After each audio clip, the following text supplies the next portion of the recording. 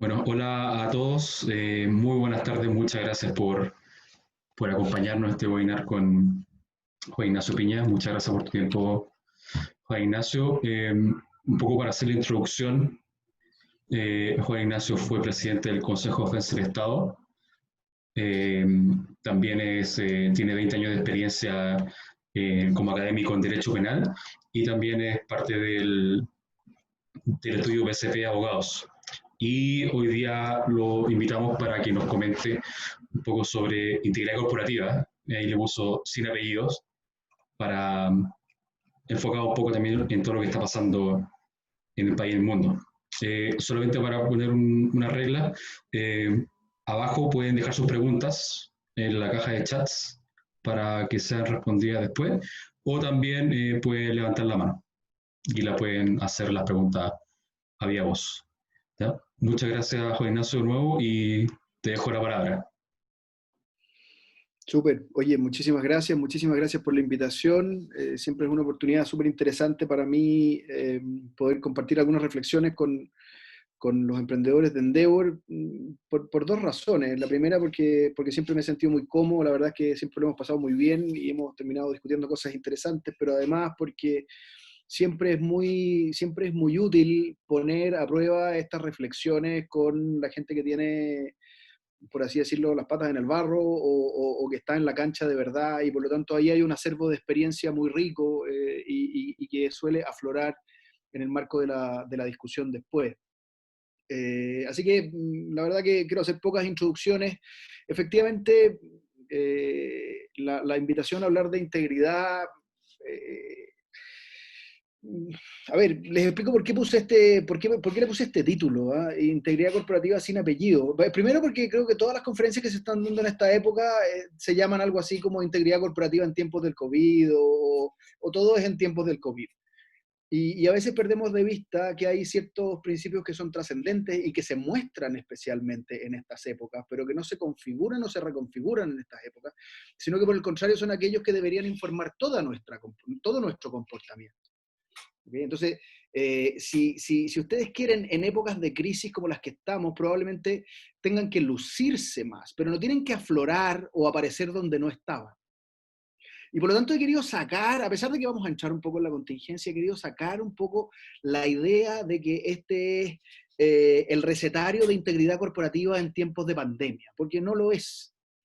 El recetario de integridad corporativa es un recetario permanente, ¿no? Y por lo tanto tiene que informar la cultura de cada una de las compañías, siempre el juicio de que haya momentos en que se tenga que mostrar más por razones evidentes, y eso probablemente es lo que tiene que pasar en este minuto. ¿Okay? Valga esta explicación muy somera para por qué me animé a poner un título de esta naturaleza, porque quiero marcar un poco un primer punto de distinción con las aproximaciones que están teniendo lugar en este minuto, en que todo está reducido a cómo tenemos que actuar en tiempo de pandemia. Y es evidente que tenemos que tomar algunas medidas concretas distintas, pero no tenemos que cambiar en tiempo de pandemia. En fin, vamos a cambiar todo y espero que todos salgamos un poco mejores, pero por lo menos desde la perspectiva de la integridad, esta época debería servir para más bien mostrar una estructura de comportamiento que nosotros mostramos, si ustedes quieren, de un modo permanente en el tiempo. Entonces esa es la primera consideración que quiero hacer. Claro, entonces hablamos de integridad corporativa y muchas veces se pierde de vista hasta por qué se usa un concepto como este. Eh, Fíjense que generalmente cuando se atacan las malas conductas, cuando se hace referencia a las malas conductas, sea corporativas, sea estatales, de alguna manera en un sentido coloquial y también técnico, se suele usar la palabra corrupción, ¿no? Hay conductas corruptas y por lo tanto hay empresarios corruptos y por lo tanto hay funcionarios públicos corruptos, en fin, y no hay ningún gremio ni sector de la actividad que sea el resumidero de los corruptos del universo, sino que más o menos los corruptos se distribuyen homogéneamente por todas las actividades de los seres humanos. Por lo tanto, hay de todo, hay moros y cristianos en todas partes. Fíjense que la expresión corrupto, y esto es lo interesante, habla de algo que está intensamente roto. En latín, la partícula co es una partícula de intensificación, y ruptus es la raíz también latina de lo roto. Y por lo tanto, algo que es corrupto es algo que está intrínsecamente fisurado, está quebrado. ¿ah? Y lo contrario, precisamente, de lo corrupto es lo íntegro, lo que es uno, lo que no tiene fisuras. Por eso cuando hablamos de integridad, hablamos de una cierta unidad. Y esto es lo primero que quiero plantearle. Para que entendamos tanto el concepto de integridad del que me voy a servir como el concepto de corrupción del que me voy a servir. Porque si lo que estamos contraponiendo es algo que es uno, íntegro, que no tiene fisuras, versus algo que está resquebrajado, algo que tiene una grieta, el ejemplo resulta muy plástico para entender en qué consiste la integridad. Porque fíjense que cuál es la característica más propia de un cuerpo que está roto. Y esto es con puras máximas de la experiencia. La característica más propia de un cuerpo que está roto es que permite que haya movimientos distintos en distintos lugares de ese cuerpo. Algo que está roto es algo que permite que haya un movimiento en una parte y que haya otro. Cuando está íntegro, eso es imposible.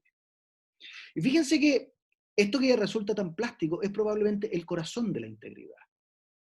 La integridad consiste en que en todos los episodios de nuestra conducta, nosotros nos comportamos de la misma forma, con un mismo sistema de reglas. Toda nuestra unidad corporativa se mueve de la misma manera, se mueve al mismo ritmo de las vicisitudes del cuerpo completo. Pero no hay ninguna parte de nuestro cuerpo que se mueva desacompasado de esa unidad.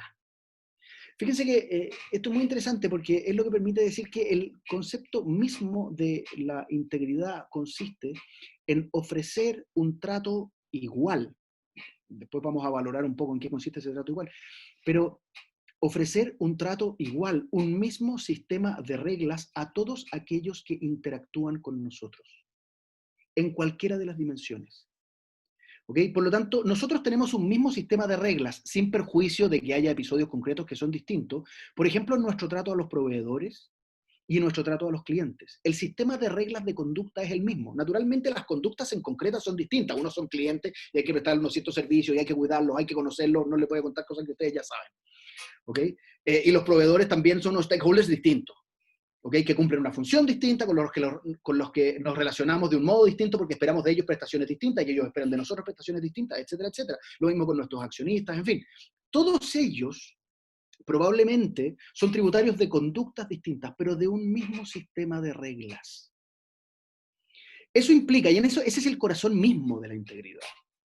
¿Okay? No se puede decir íntegra una compañía, por ejemplo, que custodia ferozmente y de un modo muy valioso a sus clientes, pero que trata de un modo inadecuado a sus propios colaboradores, a sus propios trabajadores.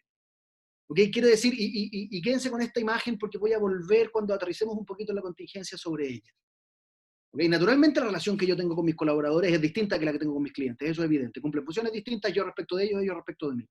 Sin embargo, el sistema de reglas que informan honestidad, transparencia, en fin, podríamos hacer una lista muy larga que no alcanzo a revisar aquí, tiene que ser idéntico porque esa es, o si ustedes quieren, ese es el corazón de la integridad. Cuando se produce una fractura entre estos sistemas de reglas y por lo tanto nosotros somos particularmente probos en nuestro trato con los clientes, jamás coimearíamos a un funcionario público, nos relacionamos adecuadamente con la autoridad. ¿Para qué les digo cómo tratamos a nuestros accionistas? Porque cuando pasan por el lado ya no sabemos con qué hoja de palma tirarles viento. Pero la verdad es que estamos disponibles a una serie de conductas atentatorias contra la libre competencia, por ejemplo, respecto a nuestros competidores. Bueno, esa es precisamente la fisura de la integridad. Esa es la demostración de que no hay ahí una corporación íntegra, que está disponible para tratar de un modo distinto a algunos de los stakeholders. Está dispuesto a respetar a algunos, pero a cepillarse otros. ¿Okay? Cuando se produce esa fisura, la verdad es que los resultados son pavorosos. Efectivamente, la fractura es el inicio de la destrucción. Así se parte. Por eso,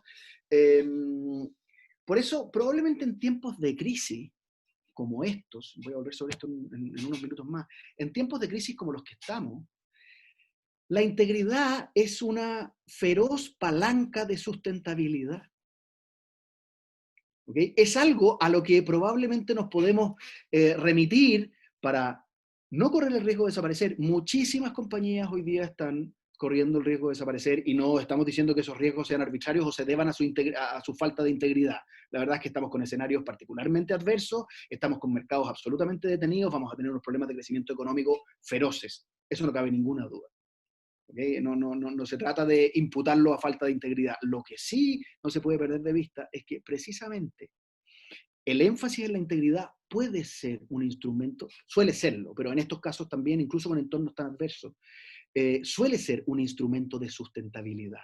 Y por lo tanto, tratar de salir de esta etapa en que vamos a tener sistemas de... porque vamos a estar desesperados. Y la gente que toma decisiones en desesperación muchas veces es capaz de renunciar a los sistemas de reglas que ha tenido para los tiempos de régimen, para los tiempos de normalidad. Bueno, eso es precisamente lo que hace que pasemos desde este cuerpo íntegro a esta fisura y en definitiva a nuestra propia destrucción, que se transforma como una especie de hoyo negro de valor. ¿Ah? La destrucción en ese sentido es como el hoyo negro de valor, el agujero negro de valor, un centro gravitatorio que chupa todo el valor y hace que éste desaparezca. Déjenme aterrizar un poco. Esta es una imagen que yo ya la he proyectado en Endeavor alguna vez. No he sido particularmente creativo en esta oportunidad, pero que creo que es muy elocuente respecto de lo que quiero que tratemos a propósito de la integridad. Si ustedes se acuerdan de esta imagen, esta fue una premiación relativamente tradicional que organizaba Ángel Fantuzzi. En fin, ¿para qué les voy a recordar? Me imagino que se acuerdan de esta escena. La verdad es que los organizadores de esa premiación siempre se caracterizaron por el buen humor, siempre se caracterizaron por hacer regalos ingeniosos. Y si ustedes se acuerdan de esta foto, algún ocurrente se le ocurrió regalarle una muñeca inflable al ministro de Economía de la época, porque querían hacerle el guiño a que era necesario estimular la economía. ¿Okay? No voy a hacer ningún juicio respecto del pésimo gusto del regalo y si es un episodio de buen humor o no, ni siquiera me voy a... Pero si ustedes se acuerdan, en el contexto que esta reunión tuvo lugar y que se concede la premiación, hay un maestro de ceremonias que la entrega, suben todos al escenario, y al mismo tiempo que está pasando esto, empiezan a arder las redes sociales. Se filtra la foto, esta foto, y en las redes sociales se empieza a levantar la discusión respecto de la asquerosa misoginia que había detrás y la cosificación de la mujer en un regalo de esta naturaleza, en fin, etcétera, etcétera, etcétera. Y quedó la escoba, ¿no? Me imagino que se acordarán porque no fue hace tanto tiempo, ¿sí? Para no contar la historia. Si fuera un seminario en otro país tendría que dar más explicaciones, pero estábamos todos muy impresionados con este hecho. Bueno, al día siguiente, la verdad es que no sé si se acuerdan, pero todos estos señores que estaban en esta premiación salieron a dar explicaciones. Salieron explicaciones, que había sido un momento muy incómodo, que la verdad nadie había sabido muy bien cómo reaccionar, que probablemente no deberían haber aceptado el premio, en fin, y empezaron a dar una serie de explicaciones haciéndose eco de todo lo que se había dicho en las redes sociales, porque los habían basureado de una manera absolutamente superlativa. Entonces, bueno, estaban todos, según sus propias palabras, muy incómodos y había sido todo muy desagradable y ellos jamás habrían aceptado una cosificación de la mujer como la que había detrás del regalo de la muñeca inflable, que además era última de ordinaria. Ustedes comprenderán la foto que está ahí, la verdad que demuestra que no quiero ni pensar en qué galería del centro tienen que haber comprado esa ordinaria. Pero más allá de eso, si recordamos esas explicaciones, a mí lo primero que se me viene a la cabeza es que eso es mentira. Si ustedes ven las caras de estos señores, no hay nadie incómodo ahí. Nadie está incómodo. Al día siguiente se dieron cuenta que habían metido las patas. Pero no hay nadie incómodo. Lo estaban pasando regio, lo encontraron genial. La verdad es que estaban en un entorno en que parece que todo el mundo se estaba riendo de lo mismo. Y ese es el punto en el que me quiero detener. Mientras allá afuera había un sistema de reglas que estaba reprochando este hecho y estaba diciendo, oiga, ¿sabe qué? Esta cuestión es inaceptable. Aquí adentro parecía que estaba teniendo lugar un sistema de reglas donde la cosa era lógica, donde era humorística, donde tenía sentido. Créanme que no quiero graficar esto de la perspectiva de lo pacato o de lo grave. No. Simplemente quiero usarlo como un ejemplo de la distancia que se produce entre lo que está pasando aquí adentro y lo que está pasando aquí afuera. Y una segunda premisa me informa cuando les hago este planteamiento. Aquí de verdad no hay nadie tonto. ¿ok? Es decir, en los señores que aparecen en esta foto, con independencia de que algunos, a algunos le pueden caer mejor, otros le pueden caer peor, fíjense que en esa época, en esta foto había dos precandidatos presidenciales, es decir, estamos hablando de la élite política nacional. ¿Te fijas? Y a pesar de eso, nadie se dio cuenta que estaban metiendo las patas. ¿Okay? Y que allá afuera estaba quedando la escoba por lo que ellos estaban haciendo aquí adentro. Y no se enteraron. ¿Okay? Entonces, lo primero que yo invito a reflexionar es, de verdad, el que desde aquí afuera se crea más inteligente que las 6 personas que están en esa foto, comete un profundo error.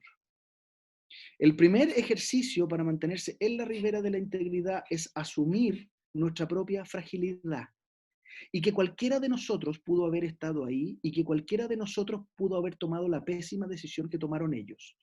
Desde la perspectiva posterior, todos decimos, oiga, pero ¿cómo se le ocurrió? Si yo hubiera estado ahí, mire, yo sé lo que es esto, yo fui ministro, en fin, estamos diciendo un montón de cosas. Pero la verdad es que a lo mejor algunos lo hubieran hecho, pero no importa. Y a lo mejor todos ustedes están convencidos de que no se les hubiera pasado.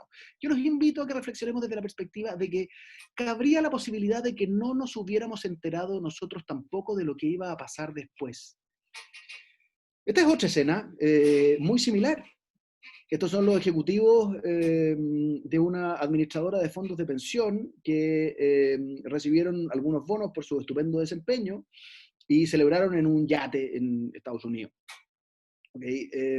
La foto también recorrió todas las redes sociales, salió publicada en todas partes. La verdad es que todos terminaron dando explicaciones. Y si ustedes se fijan, estos señores lo están pasando regio. ¿Okay? Están pasando un gratísimo momento. Y nadie se entera que la eventual filtración que tenga lugar, usted podrá decir, mire, a lo mejor confiaron de que esto no se iba a saber, ya, ahí estamos un poco como con el anillo de Higgins, ¿sabes? Ese que planteaba Platón de ¿por qué nos portamos bien? ¿Porque nos van a pillar o no? Si tuviéramos una capita que nos transforma en seres invisibles, ¿actuaríamos igual que como actuamos porque nos están viendo o no? Ese es el core de la ética. Entonces, si alguno de estos señores pensó que lo verdaderamente relevante era que no lo iban a pillar, que nadie se iba a enterar, está pisando el mismo palito que se denunciaba hace 2500 años. ¿Okay? Si por el contrario no se trata de eso, sino que se trata de que a nadie se le ocurrió que esto podía malentenderse en un gremio además como los AFP, que siempre está tan expuesto, desde la perspectiva comunicacional allá afuera, es decir, no les quiero contar cosas que ya todos saben. Lo relevante es que, de nuevo, aquí hay un sistema de reglas y parece que lo que está pasando allá afuera es una cuestión radicalmente distinta, que están desacopladas. Cuando se produce ese desacoplamiento, ya voy a volver sobre esto, pero cuando se produce ese desacoplamiento, probablemente se generan dos mundos paralelos. ¿Ah?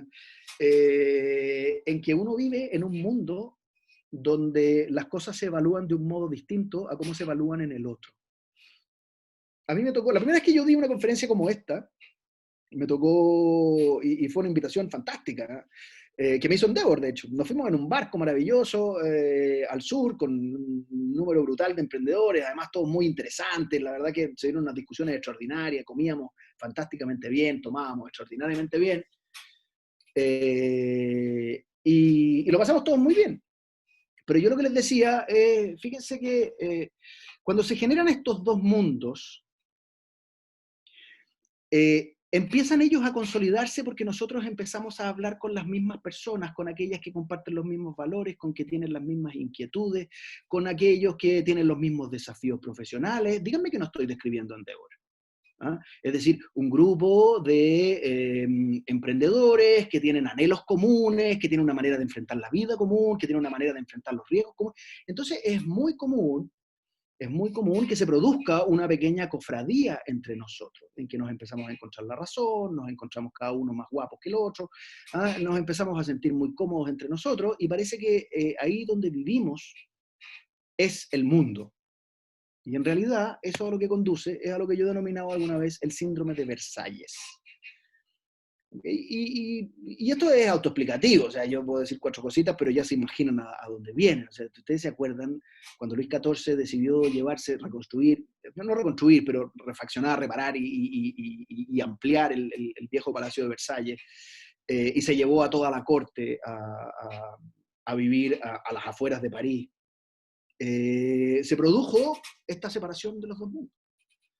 Y como toda la corte vivía acá y hablaban entre ellos y se contaban, los franceses en esta época no contaban chistes, sino que estaban inspirados por lo que llaman el esprit, que era una secuencia interminable de bromas pesadas durante el día. Se decían puras pesadeces los muñecos y eso les parecía particularmente gracioso. No conocían el humor que tiene más bien una raigambre anglosajona. Pero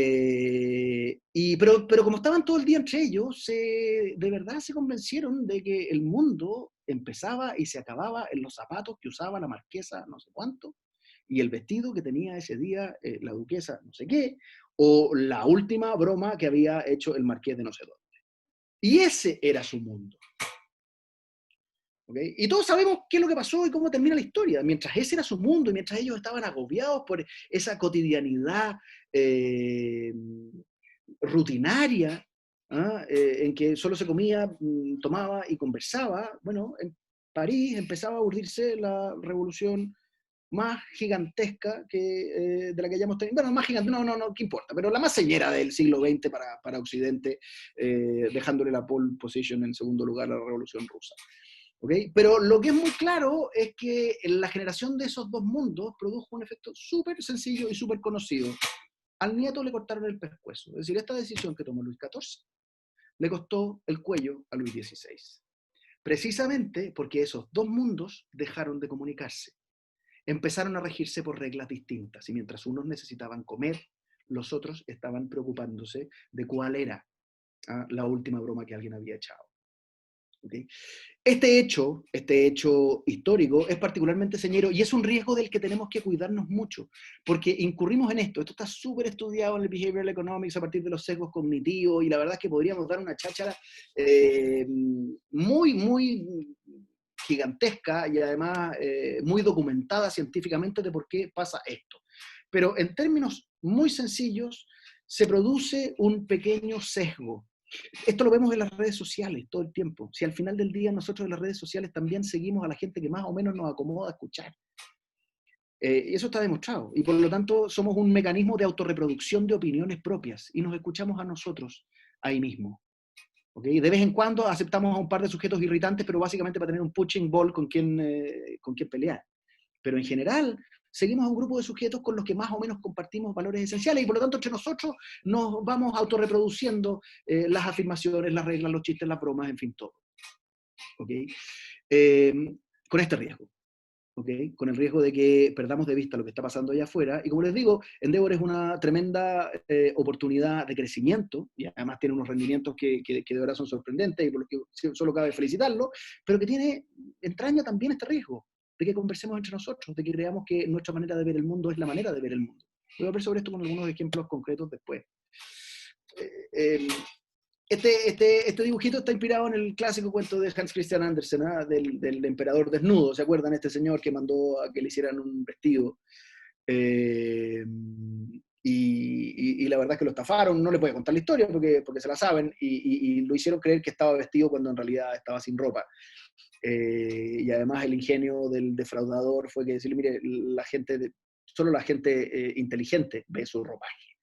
Y como nadie quería pasar por tonto, bueno, la verdad es que todos le decían qué lindo era su vestido hasta que aparece este niñito y se empieza a partir de la risa diciendo que el rey está sin ropa. Y todos se dan cuenta de que todos han sido particularmente estúpidos precisamente por caer en esta pequeña trampa. ¿Por qué esto es relevante? Porque si nosotros volvemos al ejemplo anterior, al ejemplo del premio y de la muñequita, se van a dar cuenta que para la ejecución de esa acción, evidentemente hubo participación de una serie de distintos sujetos, que son los que nosotros podríamos ver aquí en esta cola. Es decir, imagínense un comité creativo que dice, ¿sabe qué? Necesitamos un regalo interesante, inteligente y divertido para el ministro de Economía. Porque entonces empieza el brainstorming, así como, despiadado, mire, podríamos regalarle un yunque que significa no sé qué cosa, o regalémosle un pato inflable que significa no sé qué cosa. Y de repente algún maravilla dice, ¿y qué pasa si le regalamos una muñeca inflable? Para demostrarle que lo relevante es estimular la economía. ¿Okay? Y fíjense que en ese diálogo habrán dicho, uy, qué divertido, sí, pero habrán habido un par de tipos a los que le hizo ruido. Y habrán habido un par de tipos a los que habrían querido decir, ¿sabe qué? ¿no será inadecuado regalarle una muñeca inflable a un ministro? Y además no son los que están en el comité creativo, sino que además alguien que ejecutó esa cuestión, porque alguien tuvieron que pedirle, oye, ¿por qué no vayáis ahí a los bazares de las galerías del centro y tratáis de encontrar una muñeca de este tipo? ¿Okay? Y a la secretaria que maneja la caja chica le dijeron, oiga, porque esas ordinarias tienen que haber comprado con caja chica, no creo que hayan tenido que hacer una transferencia para comprar un globo tan ordinario, pero hubo gente que participó en la ejecución y probablemente a esa gente también le hizo ruido. Una muñeca inflable, un ministro al premio, no será un poquito inadecuado. Y sí, fíjese que sin embargo nadie dijo nada. Esto está súper estudiado, por ejemplo, en el caso Enron. O sea, estoy diciendo cosas que parece que me estoy moviendo en el mundo de lo abstracto, pero ¿cuánta gente no se dio cuenta de que Enron estaba absolutamente hasta el cuello mucho antes de que las últimas operaciones tuvieran lugar? ¿Y cuánta gente dijo, ¿qué me voy a meter yo? ¿Ok? Entonces, voy a volver sobre esto un poquito más adelante también en los casos concretos, pero también nos tenemos que preguntar hasta qué punto en nuestra, porque de eso se trata. O sea, la primera pregunta respecto al síndrome de Versalles es hasta qué punto nuestra conducta y nuestra cultura corporativa está adecuadamente acoplada con el entorno que la juzga, con esa opinión pública que se refiere a ella y la escruta, y la somete a prueba. Primera cuestión. Segunda cuestión, ¿hasta qué punto mi cultura corporativa permite que los sujetos que aquí adentro están tengan la libertad y la capacidad de decirme las cosas necesarias para que yo no meta las patas? ¿O hasta qué punto tengo una cultura lo suficientemente autoritaria como para que nadie se atreva a decirme las cosas? Yo hace algunos años me tocaba hacerle una charla de compliance a un grupo muy importante y entonces estaban todos los máximos directores, ¿para qué le digo los distinguidos? Algunos son directores de Endeavor también. Y yo les decía, un buen sistema de compliance es aquel que puede soportarlos a ustedes. Un buen sistema de compliance es aquel que puede detener una decisión que ustedes quieren tomar. Es decir, que es capaz de sobreponerse al mando de la autoridad.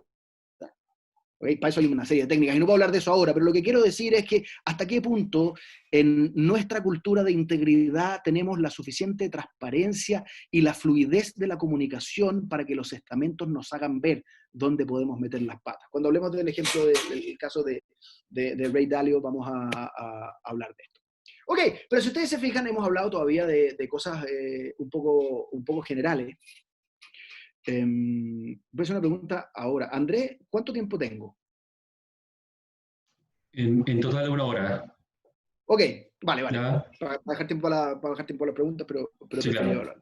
Ok, entonces, bueno, hemos hablado de esbozos muy generales respecto de la integridad, de los problemas, de las cosas de las que tenemos que ocuparnos. Y para qué les digo, he hecho una selección muy arbitraria de ellas y muy limitada porque no tenemos tiempo. Pero la pregunta es, ¿qué pasa ahora? Es decir, estamos en un momento particularmente complicado para las empresas, los mercados están cayendo, la verdad es que el crecimiento todo indica que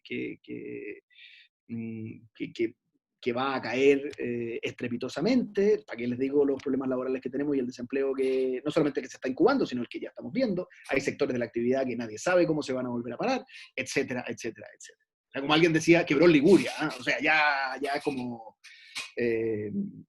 no hay futuro.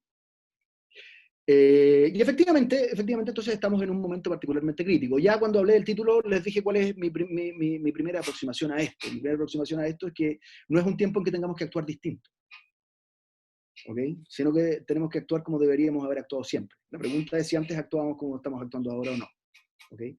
Es un tiempo donde nos podemos mostrar más, pero no debería traer un gran cambio de reglas, porque se supone que las reglas vigentes en la actividad corporativa siguen o están inspiradas por esa integridad que es la que garantiza la sustentabilidad. El estado en el que estamos en este momento, insisto, no me voy a detener, tengo un montón de números, ¿para qué los voy a alarmar? Ustedes los deben tener todavía más presentes que yo, pero claramente vamos a tener, esta foto es del primer crash del siglo pasado, donde efectivamente las tasas de desempleo se fueron a las nubes, el crecimiento se rompió, nos demoramos casi 20 años en recuperarnos y en cierto sentido podemos discutir qué tan analogable es, de qué porte son, pero básicamente nos enfrentamos a una situación cuando menos análoga, ¿ok? Donde además, y esto también es relevante, no podemos negar que en general la actividad empresaria se enfrenta desde la perspectiva de un cierto prejuicio que consiste en que va a privilegiar las formas habituales de mantención del capital por sobre el resto de las necesidades. Esta es una foto también de principios de siglo, cuando estaba, esta es una foto, perdón, esta es una caricatura de principios de siglo, cuando estaba levantándose toda la llamada cuestión social, y donde el ejemplo, es decir, si ustedes se fijan, al final del día estas son las dos encarnaciones del capitalismo, o de los capitalistas estrujando a la fuerza laboral, hasta el punto de que le sacan y cae en esta vasija de aquí abajo todo lo que tiene, todo el valor se lo sacan y se lo deja el capital. Bueno, esta imagen hoy día no es la imagen descarnada cuando estábamos en la mitad de la Guerra Fría, pero es evidente, y lo vamos a ver en algunos episodios, que es algo que, que, que sigue informando la aproximación que se tiene a determinadas actividades empresariales. O sea, si nosotros nos preguntamos cómo ve en general la opinión pública a las ISAPRES o a las AFP, la verdad es que no sería tan distinta la noción, si tuvieran que dibujarla, a cómo se manifiesta en esta caricatura de principios del siglo pasado. ¿Ok? Aterricémoslo en un ejemplo que ha tenido lugar hace muy poco. Ustedes saben que se está repartiendo un bono que tiene una cierta cantidad de miles de pesos que va en ayuda, que va en ayuda de los sectores más vulnerables, y la verdad es que uno de los mecanismos de entrega de ese bono, de ese auxilio social, fue a través de las cuentas RUT del Banco Estado. Que es un mecanismo, de hecho es un mecanismo con mucho rendimiento social, la cuenta RUT, a pesar de todos los detractores que tuvo en su minuto, eso no cabe ninguna duda. Pero, ¿qué es lo que pasó hace 3 días atrás? Bueno, que se supo que el Banco Estado, cuando recibía ese bono, se pagaba las morosidades que tenían pendientes los sujetos. ¿Okay? Entonces, claro, el sujeto estaba sobregirado en 80.000 pesos y le entraba el bono de 65.000 y desaparecía. O si estaba sobregirado en 30, le quedaban solo 35.000. Y por lo tanto el banco se pagaba primero. A ver, si ustedes quieren, porque la respuesta es evidente, oye, si ese es el sistema, ¿eh? El sistema automáticamente hace el descuento cuando tiene un saldo negativo y por lo tanto primero se paga. Sí, la pregunta es a quién satisfacen esas explicaciones. ¿Okay? Cuando nosotros estamos pensando, acuérdense, porque como estamos pensando en sustentabilidad, que es siempre el problema de fondo, cuando estamos pensando en sustentabilidad, estamos pensando en cómo vamos a salir de aquí, cómo vamos a seguir parados después de esto. Entonces la pregunta es, ¿a nadie se le ocurrió que cuando se pagaran estos bonos, la verdad es que se iban a cubrir primero los sobregiros y por lo tanto los bonos podían desaparecer pagando las deudas del banco? Porque el impacto que esto ha tenido comunicacionalmente es feroz. Y por lo tanto el Banco Estado inmediatamente tuvo que reconocer el error, que además no es un error, era el sistema, si ustedes quieren. No, pero no se le ocurrió a nadie.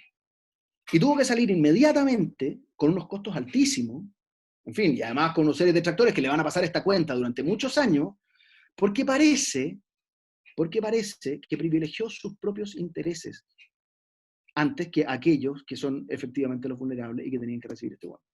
Podemos discutir si en la práctica eso fue o eso no fue. Lo que no podemos discutir es que esa es la sensación que quedó, de que estamos hablando de una administración absolutamente despreciable que estuvo dispuesto a chuparse el bono de emergencia de las personas.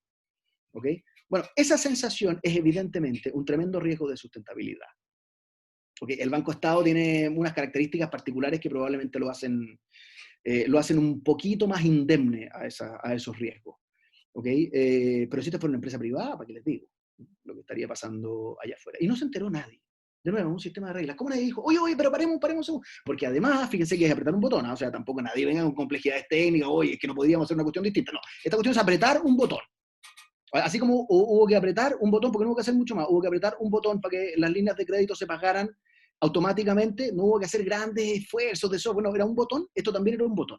Lo que pasa es que a nadie se le ocurrió que había que apretar. Segundo ejemplo, también en el marco de estas contingencias, ustedes saben que estamos teniendo unos problemas de desempleo brutales y por lo tanto hemos dictado una ley de protección del empleo. Y eso implica que se pueden suspender una serie de prestaciones precisamente con la idea de sostener las tasas de empleabilidad a pesar de estas contingencias y por lo tanto alivianando la carga financiera y los flujos de caja de las compañías. Se establecieron una serie de beneficios. ¿Okay? Que en cierto sentido, desde una cierta perspectiva, uno podría decir, bueno, teniendo el objetivo de mantener, de ayudar a la mantención del empleo, desmejora unas ciertas prestaciones que en términos normales deberían ofrecérsele a los trabajadores. Pero en fin, esa es una discusión de carácter política, hubo consensos, se dicta la Ley de Protección del Empleo. Algunas de las empresas del grupo Cencosud se acogen a la Ley de Protección del Empleo y porque siempre se saben las cosas, la verdad es que 4 o 5 días después de haberse acogido a la Ley de Protección del Empleo, nos enteramos de que hubo una muy jugosa repartición de dividendos dentro del grupo. Aquí podemos hacer distinciones, la verdad es que los dividendos los repartió Cencosud, Cencosud no es lo mismo que las empresas de abajo, las que se acogen, una serie de explicaciones que llegan tarde. ¿Okay? Porque aquí nadie se enteró que la sensación que iba a quedar una vez más era de una falta de integridad, que el sistema de reglas que yo tengo para el trato de mis trabajadores es distinto del sistema de reglas que yo tengo para mis accionistas. Y por lo tanto estoy dispuesto a sacrificar aquello que reciben los trabajadores acogiéndome a una ley que me lo permite, pero no voy a dejar de entregarles los dividendos que tienen que recibir mis accionistas. ¿Que hay explicaciones respecto de esto? Evidentemente. Entonces salieron, como siempre entramos en esta dinámica, salieron las explicaciones respecto de que hay algunas compañías que están endeudadas aguas arriba y que por lo tanto necesitan esos dividendos para pagar créditos.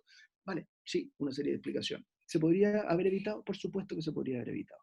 La sensación que queda es de falta de integridad, de un tratamiento dispar a nuestros distintos stakeholders. Hay algunos de los que queremos mucho y a otros los que estamos dispuestos a sacrificarlos si es necesario. ¿Okay?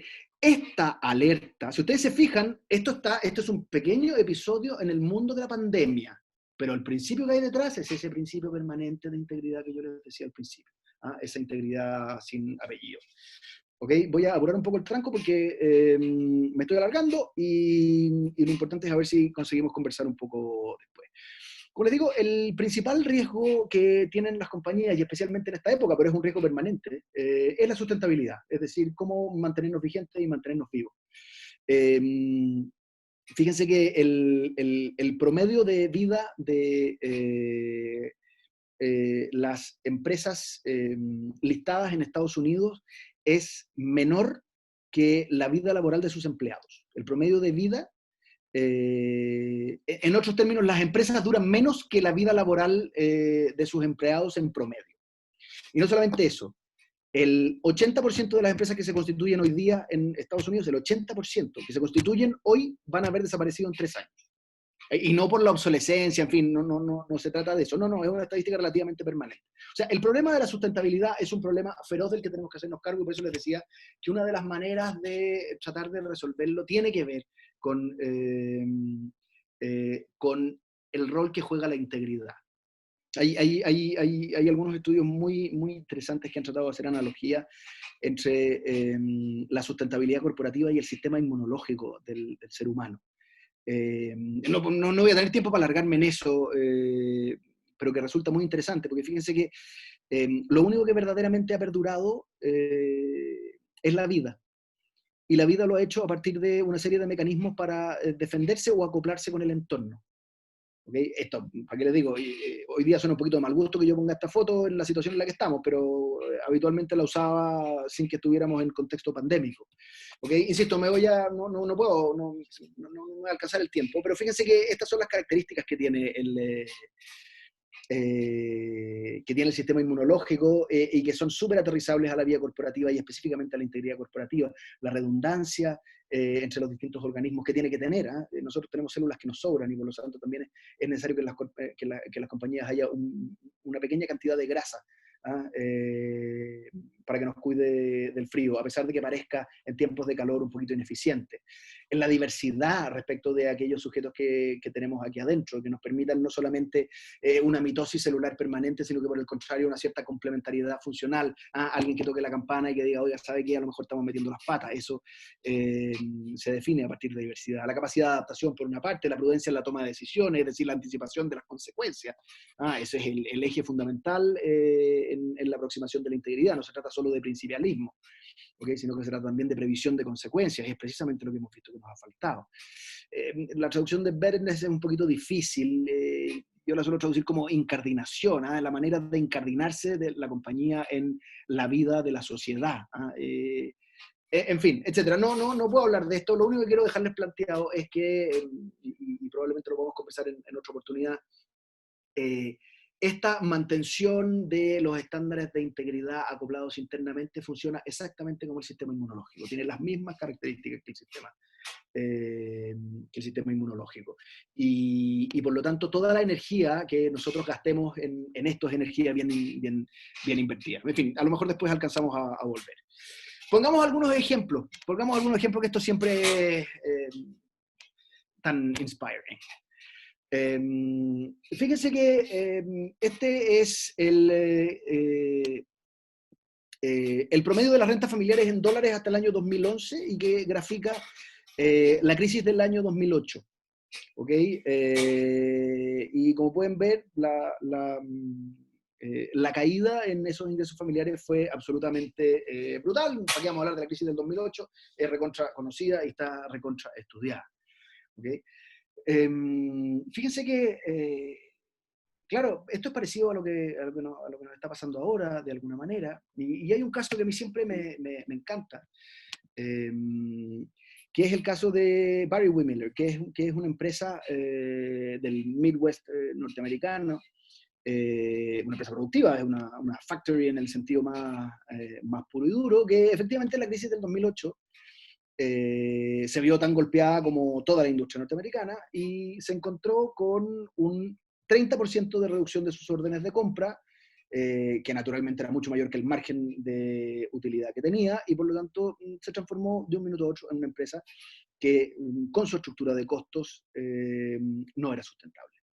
Y por lo tanto, imagínense, muchos de ustedes habrán pasado por eso durante esta época muy dura. A mí me ha tocado participar en 2 o 3 directorios donde se ha tenido que tomar decisiones terriblemente ácidas para velar por la sustentabilidad de las respectivas compañías. Y entonces, de un modo relativamente tradicional, y este es un caso estudiado, yo les recomiendo que lo revisen, que lo apunten. Hay TED Talks, aparte, que tratan la experiencia de Bob Chapman, que es el presidente de Barry Windmiller.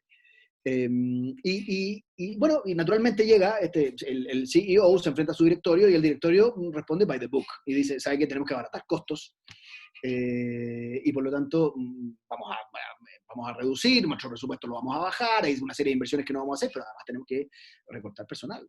No hay caso, tenemos que ahorrar, tenían que ahorrar algo así como 10, un poco más millones de dólares. Y Bob Chapman dijo, no.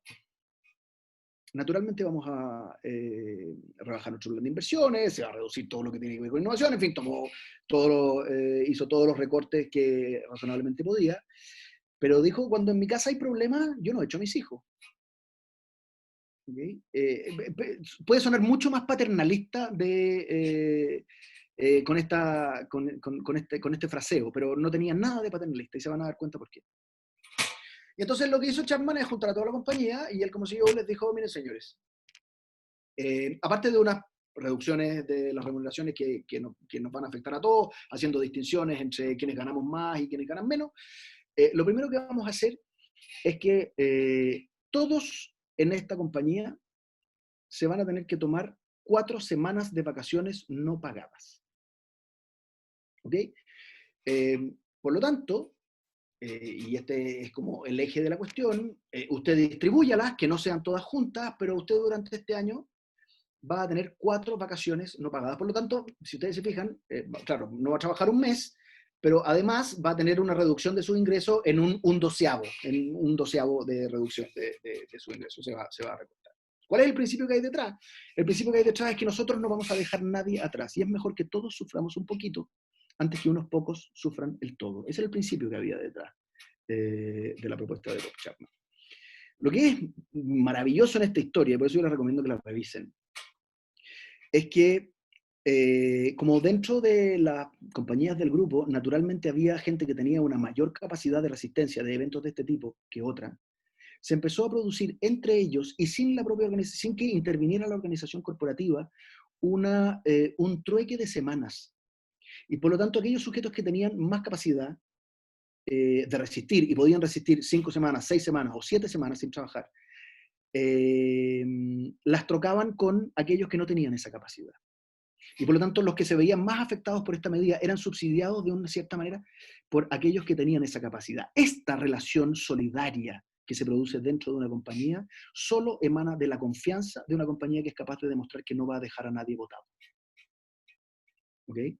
La historia termina bien, fantásticamente, pero no solamente ahorraron los 10 millones de dólares, sino que además, de hecho, ahorraron 30, que era lo que necesitaban en ese momento, por lo menos para pasar el chaparrón de las órdenes de compra que se le habían caído.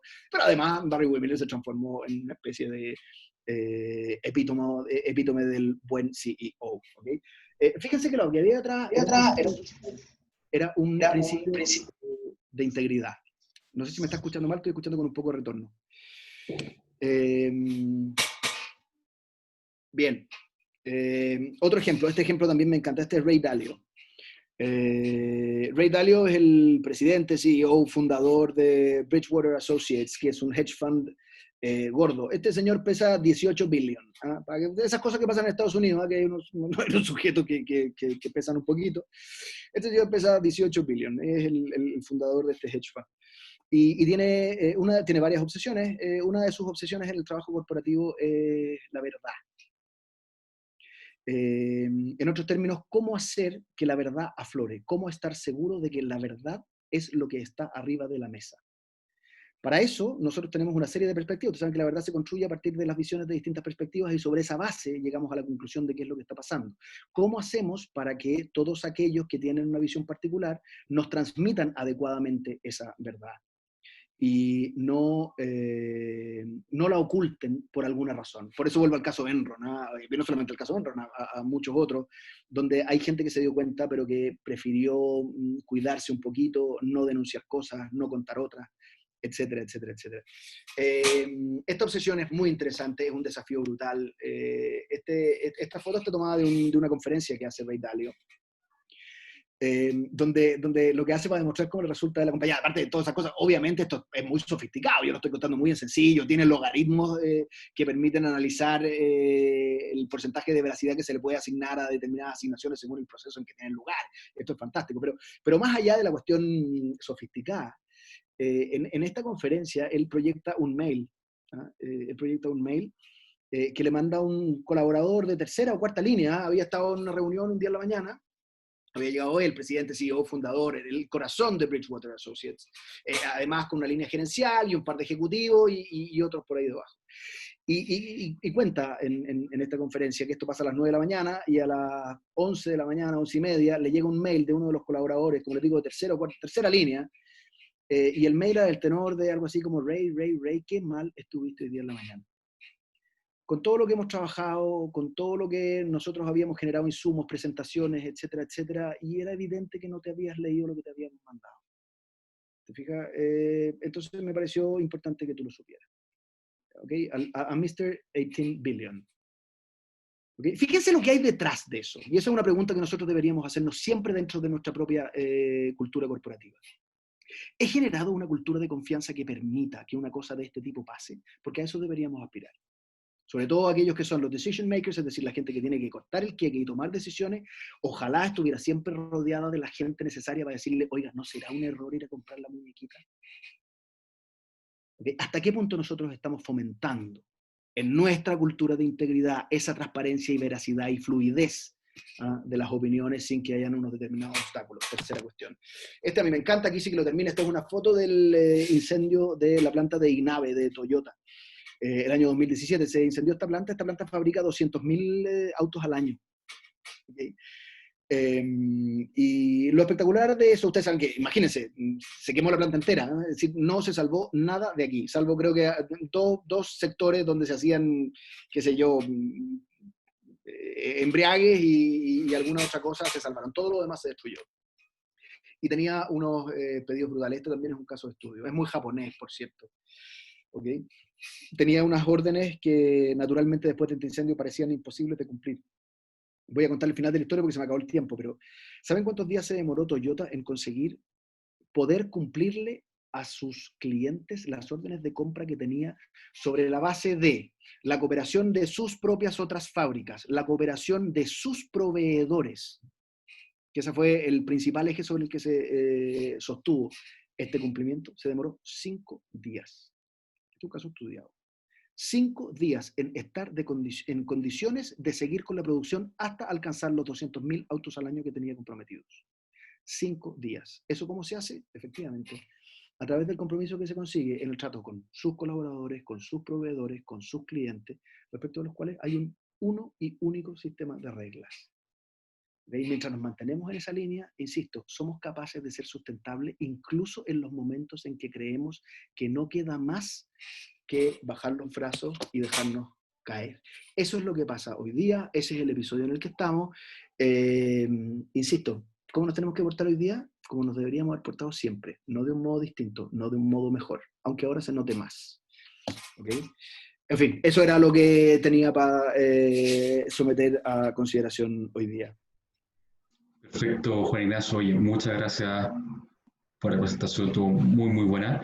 Bueno, le recuerdo al asistente que abajo pueden dejar las preguntas también. Y yo tengo un par de preguntas para hacerte. Y un poco más que nada pensando en el contexto actual, un contexto de incertidumbre, probablemente, no necesariamente por la pandemia, sino que también antes, por ejemplo, en octubre y todo lo que pasó. ¿Dirías tú que es el momento de tomar decisiones que refuercen un poco la misión y los valores de la compañía? Mira, sí y no. No, ¿en qué sentido? Ustedes saben cuál es el principio que informa todo esto que estoy diciendo.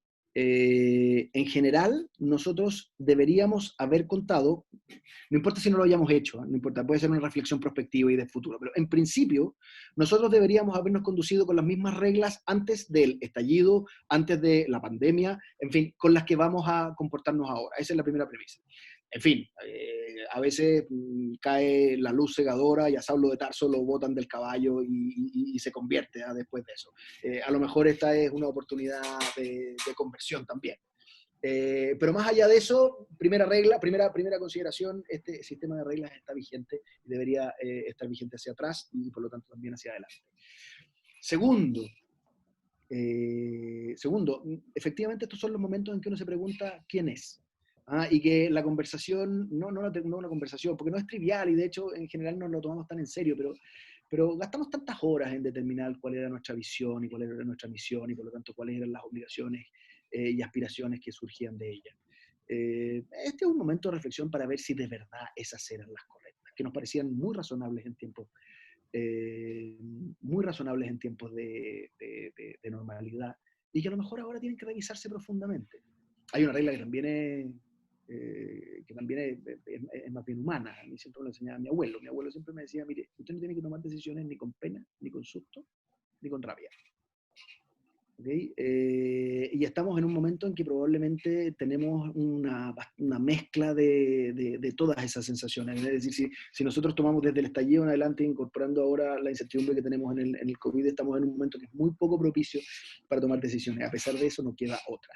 Es decir, estamos absolutamente impelidos a tomar decisiones. Y ahí tenemos que hacer dos cosas. O ser muy fieles respecto de aquellos que nos habíamos planteado como objetivo, es decir, seguir respetando esa misión y esa visión que nos habíamos trazado y por lo tanto que siga siendo ese nuestro norte, o ser muy valientes para decir, fíjese que esta es una instancia que me hace revisar aquellas decisiones en las que yo, sobre la base de las que yo estructuré mi misión o esa visión.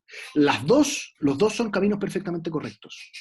¿Okay? Y no hay regla respecto de cuál de los dos caminos haya que seguir, porque probablemente la única manera de hacerlo es con una reflexión interna conforme a estos parámetros muy, muy, muy intensa. ¿Okay? Cualquiera de esos dos caminos son válidos y son íntegros. ¿Okay? La fidelidad al camino trazado o la honesta valentía para cambiar el camino. Y si ahora llegamos a la conclusión de que tenemos que transformar desodorantes en ventiladores mecánicos, bueno, nos estructuraremos a transformar esos desodorantes en ventiladores mecánicos. Oye, y en ese mismo sentido, pensando un poco en la comunicación, en la comunicación que transparente, que involucre también cierta parte de los trabajadores. ¿Cuán importante es eso para también reforzar los valores de la compañía y poner un ojo? Mira, probablemente los valores de la compañía no son más que una presentación en PowerPoint, sino son intensamente verbalizados. No ahora, sino que siempre. ¿Okay? En otros términos, es absolutamente imprescindible que a lo largo de toda la vida corporativa venga lo que se llama habitualmente el tone from the top, es decir, que el tono venga desde arriba, y por lo tanto que nos encarguemos de que esos principios que encarnan nuestra propuesta de valor sean habitualmente conversados. ¿Ah? Y nosotros, generalmente esto también tiene que ver con el pudor que tenemos de hablar de ética, de hablar de las cosas de que hay que hacer las cosas bien. Yo siempre pongo el mismo ejemplo, les digo, miren, nosotros que tenemos un problema de evasión feroz en el transporte público. ¿Cuántas veces la gente dentro de una compañía, el tone from the top ha dicho, saben que no es de recibo que nadie que trabaje en esta compañía evada el transporte público? Pero pareciera que son problemas que están allá lejos, que no nos tocan a nosotros, que la verdad que la vida empieza cuando el sujeto entra, cómo llegó para acá no es asunto mío. Bueno, eso es falso. Eso de nuevo es la noción absurda de que tenemos que movernos en un mundo con reglas distintas. ¿Okay? Porque aquel sujeto que la verdad es que tiene un poco escrúpulo para evadir el transporte público probablemente va a tener el mismo poco escrúpulo para el manejo de montos pequeños de plata en el marco de una caja chica. Si al final del día los músculos se van relajando en todas partes. ¿Okay? Por lo tanto, es sumamente importante una verbalización, una comunicación muy intensa respecto de la vigencia de esos valores. Y al mismo tiempo, en épocas como esta, en que son puestos a prueba, es muy importante que eso se sepa también.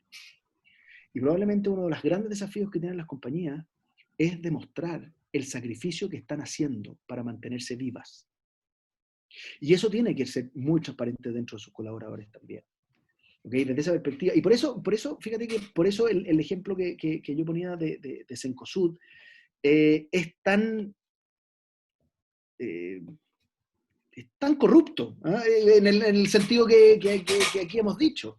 Porque da la sensación de que nos vamos a mantener en la medida que el sacrificio lo viven algunos y no otros. Y por lo tanto, no solo es necesario que el sacrificio lo vivamos todos. En fin, no cabe ninguna duda que eso está siendo la generalidad de los casos. La verdad que no hay nadie o son muy pocos lo que están salvando aquí. No solo es necesario que el sacrificio lo vivamos todos, sino que es necesario que se sepa. Es necesario que eso se verbalice y es necesario que nada en nuestra conducta dé señales en contrario. O sea, cualquier conducta que nosotros llevemos que dé la sensación de que está vigente la vieja ley del embudo, o dicho en más sofisticado, que tenemos sistemas de reglas distintos según quienes sean los stakeholders de los que nos ocupamos, bueno, y créeme, no me cabe ninguna duda, es la pala que cava la tumba corporativa. Y por eso es súper importante el manejo, no solamente la gestión de la crisis, sino que además la transparencia con la que se comunica la situación de crisis y las medidas que se están tomando. ¿Okay? Además, perdóname, informada por la humanidad, ¿sí? que a veces también se pierde de vista. A mí me ha tocado estar en directorio en que efectivamente la gente parece que estuviera jugando Candy Crush, así mientras apeta botones y corta colaboradores. ¿Okay? Y ahí es precisamente donde necesitamos esa diversidad del sistema inmunológico, con alguien que diga, oiga, ¿sabe qué? Paremos un poquito, probablemente tenemos que hacer más esfuerzo, o probablemente tenemos que comunicarlo de una manera distinta. En fin, esa diversidad que nos va a ayudar a que se entienda de verdad qué es lo que estamos pasando y que no dé esta sensación pavorosa de que a algunos se le aplican algunas normas y a otros se le aplican otras. Perfecto. Oye, acá nos llegó una pregunta de Christian Martin del sur. Dice que, bueno, generalmente estamos acostumbrados a ver muchos seminarios con proyectos, con números, con cosas así, pero que se echan de menos mucho los temas valóricos. ¿Y cómo crees que estos deberían ser insertados en la formación de los profesionales? Y me permito complementar también, dentro de la cultura corporativa de la empresa. Mira, yo creo que a pesar de todo eso ha cambiado. Eso ha cambiado en el último tiempo. Si nosotros comparamos la realidad de los seminarios que tenían lugar hace 10 años atrás, y es más, te digo 5, La verdad es que las cosas cambiaron. Cambiaron como suelen cambiar en Chile, con casos particularmente traumáticos, en fin, que hicieron ruido por todas partes. Y entonces, yo siempre he dicho que hay un Chile antes del caso Penta o del caso Sokimichi y un Chile después. Porque se vieron riesgos que no se habían visto, porque se habían naturalizado una serie de conductas que después nos dimos cuenta. Se habían naturalizado conductas porque teníamos el síndrome de Versalles, pues, ojo, sí, básicamente porque nos habíamos acostumbrado, todo el mundo lo hacía, el sesgo cognitivo que los alemanes llaman el Bandwagen, el sesgo del arrastre. Como todos hacen lo mismo, y la verdad es que, ¿cuál es el problema? Si yo para hacer unos aportes recibo unas facturas por servicios no prestados, en fin, y como que a nadie le hacía ruido, y la verdad es que en algún minuto nos dimos cuenta de que estábamos teniendo problemas. Y no solamente nos dimos cuenta de que estábamos teniendo problemas, sino que nos dimos cuenta de que, esto no alcanzo a escribirlo, pero no alcanzo a explicarlo, pero es una presentación muy bonita que yo tengo para otros efectos. Nos dimos cuenta que estábamos disponibles a reprochar algunas conductas que eran estructuralmente idénticas a otras conductas que no nos generaban ningún ruido. Para hacerlo súper corto, cuando era un contrato simulado el que se realizaba, todos estaban de acuerdo que eso era un delito. Pero cuando la simulación era de un servicio no prestado que se facturaba para hacer retiros encubiertos, la verdad es que a nadie le hacía ruido. Y fíjense que la estructura de las dos conductas son exactamente idénticas. Es la simulación de una prestación de un servicio que en realidad no tiene lugar para conseguir un pago que no tendríamos cómo sacarlo. Esa cuestión se puede llamar contrato simulado, un perjuicio tercero, o se puede llamar entrega de facturas ideológicamente falsas. Y fíjense, por alguna razón, la segunda no nos hacía ruido. Nos parecía normal, la verdad es que así hacen las cosas. Cuando yo quiero hacer donaciones políticas, mándame una facturita. Y no solamente mándame una facturita, sino que además llamaba como a veces era, qué sé yo, contacto de alguno de los dueños de la compañía. El propio dueño llamaba por teléfono al gerente de administración y finanzas y le decía, oye, te va a llegar una factura de un muñeco al que no conoces por unos servicios que no has prestado, por 2 millones de pesos, págala. Y el sujeto la pagaba. Y a nadie le hacía ningún ruido. Bueno, fíjate que eso yo siento que ha ido cambiando. Que todavía falta muchísimo, pero que tenemos muy buenas señales de que estamos entendiendo. Probablemente lo entendimos al principio como una necesidad de cumplimiento legal. Y eso quiere decir que la ley de alguna manera también tiene la capacidad de moldear algunas conductas. Pero claro, cuando se dictó la ley 20.393 y estableció la responsabilidad penal de las personas jurídicas por determinados delitos, la ley nos puso la obligación de preocuparnos de determinadas cosas que antes no nos interesaban. Cuando acaban de modificar ahora la ley 21.121 e incorporaron, por ejemplo, la negociación incompatible entre particulares o la administración desleal, la verdad es que nos dimos cuenta de que había un montón de cosas de las que no nos estábamos preocupando y tenemos que preocuparnos ahora. Entonces, una pata de eso ha venido de la experiencia en los últimos años, otra ha venido por los cambios de la legislación, y ahora lo que tenemos que aspirar es un cambio cultural. Es decir, a lo que tenemos que aspirar es que esto trasunte a que efectivamente en la vida corporativa este sea uno de los temas. Lo que sí sabemos es cómo no resulta. Y no resulta si es que no viene el tono desde lo alto. ¿Okay? Es decir, no resulta si el compromiso con la integridad corporativa no se transmite desde arriba, desde la cabeza hasta los pies, no a la inversa. Si alguna parte del cuerpo tiene la sensación de que son solo discursos éticos vacíos los que emanan de las altas esferas de administración de la compañía, no hay ninguna posibilidad de que se produzca un modelamiento cultural ético. No hay ninguna posibilidad de que se modele la cultura de integridad corporativa. ¿Okay? Entonces, hay mucho espacio por crecer todavía, tanto en la formación de ejecutivos como en las actividades que se dan tanto en el ámbito gremial como internamente. Pero a pesar de eso, yo insisto, estamos en un mundo muy distinto. A mí me toca muchas veces, muchas compañías muy grandes que están mostrando preocupación por estos temas y que efectivamente les interesa que tú te juntes con el directorio, con la plana mayor de los ejecutivos y de ahí, y es lo que se aspire, empiece a permear esta cultura hacia abajo. Perfecto. Parece que Cristian quería complementar algo. Bueno, Ignacio. Sí. Hola, muchas gracias por la... Me encantan estos temas, por eso quería aportar. Yo estoy de acuerdo contigo en que se ha hecho harto, pero yo creo que siempre es ex post. Pasan porque está la amenaza, está la sanción. Creo que hay que actuar antes que eso. Ir al colegio, la educación cívica, en que de chicos nos enseñen que eso está bien y eso está mal y hacer las cosas por bien, no por amenaza, no por temor. Y los grandes, cuando ya fuimos grandes y nos formamos o tratamos de formarnos en esto, nos formamos porque nos da miedo que nos metan para adentro. Entonces, más que haber aprendido por fondo, aprendimos por forma, aprendimos por las leyes. Y eso es lo que yo trataba de decir en la pregunta, que cuesta expresar en un par de líneas.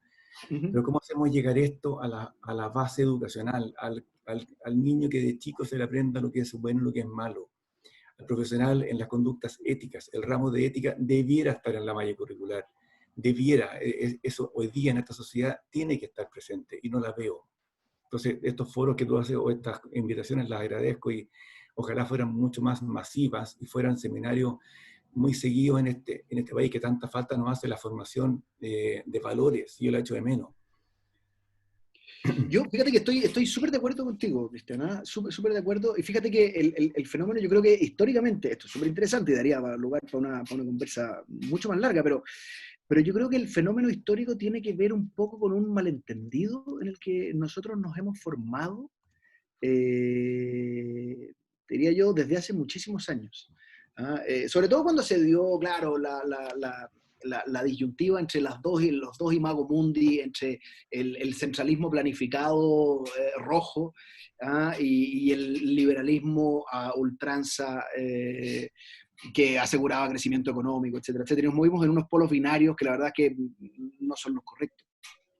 Pero en algún minuto identificamos el modelo liberal como un modelo prácticamente exento de reglas. Soñábamos con un Estado que prácticamente no existiera, que fuera de este porte, porque en general confiábamos en la mano invisible. ¿Ah? Y nos comimos la tesis de la mano invisible. Y por lo tanto el orden se iba a poner solo, el funcionamiento de los mercados nos iba a arreglar, y por lo tanto no habría, desde esa perspectiva, no iba a haber ninguna brecha ética que fuera sostenible en el tiempo, porque el mercado se iba a encargar de arreglar. Y fíjate que es muy interesante porque para fundamentar esta postura, que probablemente produjo un abandono de los temas éticos, se citaba casi siempre, bueno, el texto, la Biblia del liberalismo, ¿eh? y la riqueza de las naciones de Adam Smith. Y por lo tanto decíamos, mira, aquí está la mano invisible, aquí está la explicación. Y la trampa que tenía ese pequeño hecho es que nadie se acordaba que 15 años antes de publicar La riqueza de las naciones, Adam Smith publicó La teoría de los sentimientos morales. Y por lo tanto, 15 años antes había sentado las bases éticas sobre las que tenía que descansar el modelo. Lo que pasa es que nuestra rusticidad hace que es como que nos quedemos con la última edición de la revista Cosa.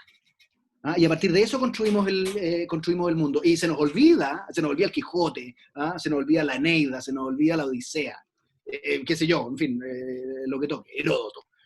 ¿Okay? Pero incluso la sustentación del modelo tenía en su inicio una base ética y moral que era lo único que otorgaba las condiciones para que la mano invisible tuviera lugar. Bueno, de eso no se enteró nadie. Y como lo malinterpretamos, te diría yo, y en parte lo hemos seguido malinterpretando durante los últimos años, esta vuelta, y estoy de acuerdo contigo, sobre la base del garrote, que nos ha llegado el garrote, nos han amenazado con sanciones, en fin, nos han hecho gastar plata, porque ahora además hay que gastar plata en modelos de cumplimiento, hay que gastar plata en compliance officer, es decir, tenemos una serie de consecuencias que nos pegan ahí donde nos duelen. Bueno, está llevando a que entendamos que estas preocupaciones no son preocupaciones externas, sino que eran intrínsecas al modelo. ¿Cuánto falta para que esto de verdad esté internalizado? Estoy de acuerdo contigo, o sea, tiene que correr muchísima agua bajo el puente.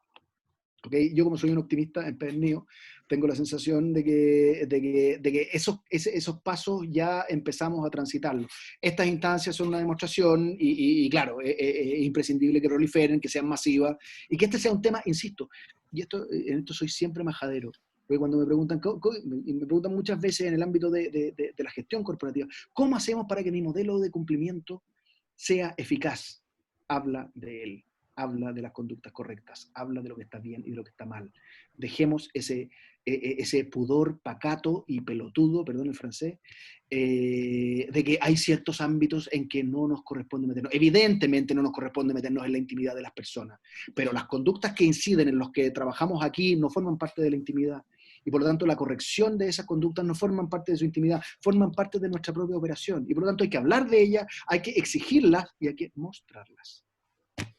Estoy de acuerdo contigo y gracias por la explicación. Y esto cuando uno dice que la sociedad, yo siempre digo, somos todos parte de la sociedad, yo también me llamo sociedad y tenemos que exigir y hacer cumplir y corregir.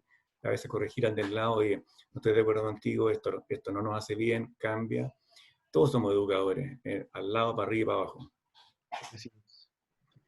Bueno, vamos cerrando ya, Juan Ignacio, no queremos usar tu tiempo, ya llevamos una hora 15 más o menos, así que, bueno, muchas gracias por la charla, la explicación, las preguntas, muy buena, muy interesante. Yo seguiría acá toda la tarde, pero no se puede.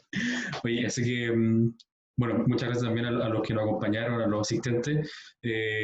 Pueden encontrar más contenido en la página www.juntosporlosemprendedores.com, donde estamos poniendo harto contenido para los emprendedores, para temas técnicos, etcétera. Así que está muy interesante. Muchas gracias, Juan Ignacio, de nuevo y nos Muchas vemos gracias, en Juan las Ignacio. próximas. Gracias por el tiempo. Gracias a ustedes por la invitación. Gracias. Siempre muy interesante. Gracias. Chao. Chao.